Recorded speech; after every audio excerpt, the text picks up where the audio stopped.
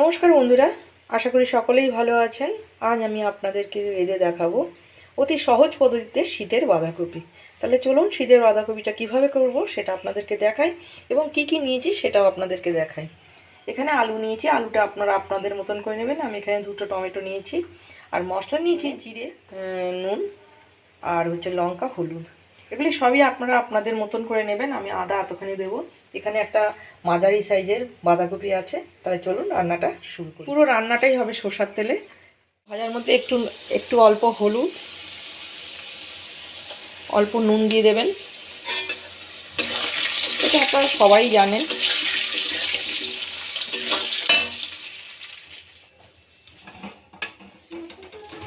তেজপাতা ফোড়ন দিয়ে দিলাম, গরম মশলা দিয়ে দিলাম,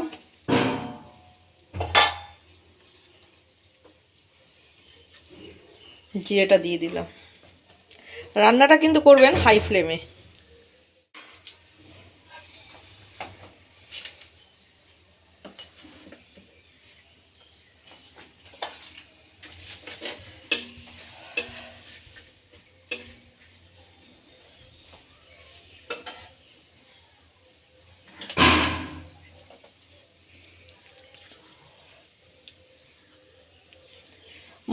মশলাটা দিয়ে যখন সুন্দর একটা গন্ধ বেরোবে তখন টমেটোগুলোকে দিয়ে দেবেন।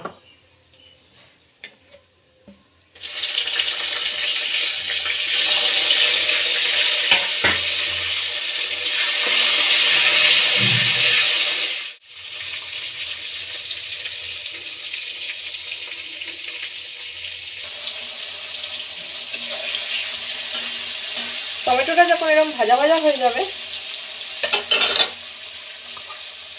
তখন 2 চামচ আদা বাটা দিয়ে দেবেন।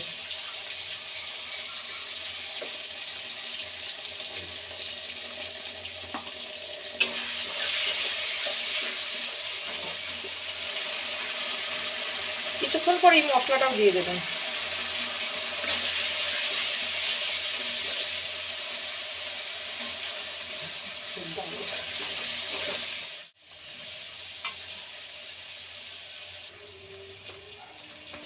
যখন মশলা থেকে এরকম একটু তেল ছেড়ে যাবে তখন মশলা ধোয়া জল একটু দিয়ে দেবেন।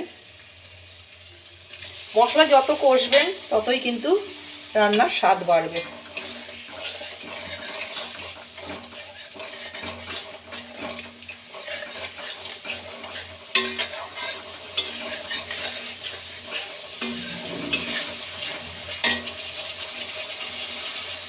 কেমন তেল ছেড়ে গেছে, এবার কিন্তু বাঁধাকপিটা দিয়ে দেবো। আর শীতের বাঁধাকপি কিন্তু ভাপ দিতে নেই।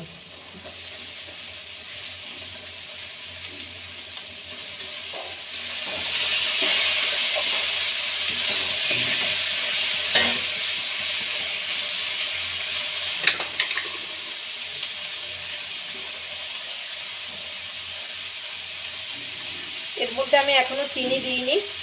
চিনিটা দিলে এটা অনেক সময় চিনি দিলে সেদ্ধ নাও হতে পারে। দেখুন কত জল ছেড়ে গেছে।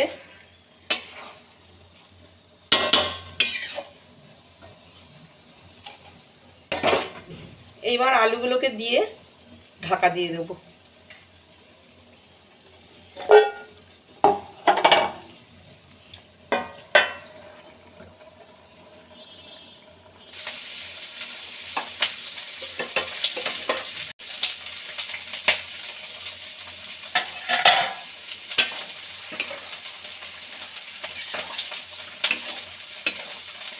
মাঝে মাঝে এরকম একটু নেড়ে দেবেন ঢাকা খুলে।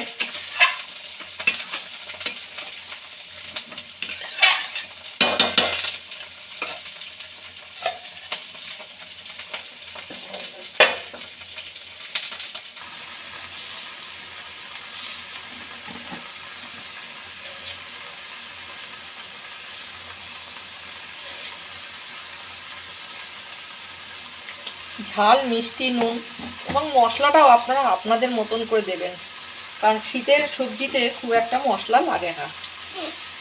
বাঁধাকপিটা আমার হয়ে এসেছে, চলুন বাঁধাকপি আমার হয়ে গেছে, চলুন নামিয়ে ফেলি। দেখুন বাঁধাকপিটা কি সুন্দর কালার। যদি আপনাদের ভালো লেগে থাকে আমাকে একটুখানি আমার পাশে থাকবেন, লাইক করবেন, কমেন্ট করবেন, সাবস্ক্রাইব করবেন। ধন্যবাদ।